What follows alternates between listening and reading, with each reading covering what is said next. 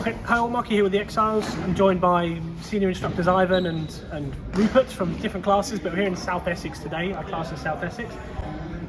So what we're going to talk about is the Exiles' interpretation of the Ligadura Mezzana, the middle bind. Okay, we see this binding type action in the dagger and in the sword with one hand, and arguably in the sword with two hands as well.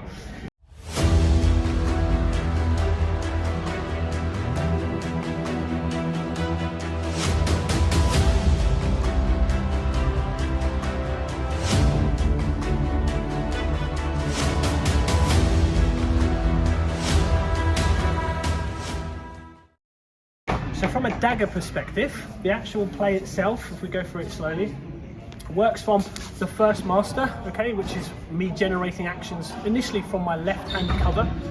I'm trying to find a bend in the elbow here. If it's too straight, I'm not going to do it, it's a different play. What I'm doing is I snake my arm in and I tuck my back of my hand against the inside of Ivan's elbow, basically.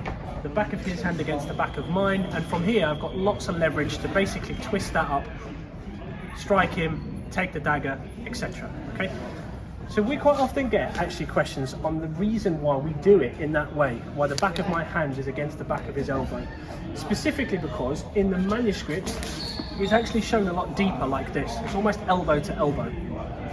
There's a number of reasons why we prefer to do it up here.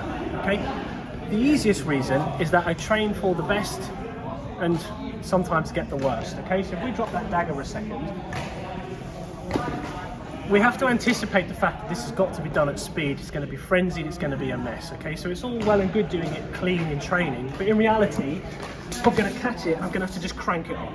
Okay, I'm aiming for the best, but sometimes get the worst. In the heat of the moment, if that happens and I'm elbow to elbow, then I'll take it. Okay, I'll take it. I'm binding him up. I'm just holding him there long enough. Okay. The reason why we aim to go hand to elbow is because it gives me much more leverage. Okay, it's much more comfortable for him. It gives me longer to control him, etc., etc. Okay.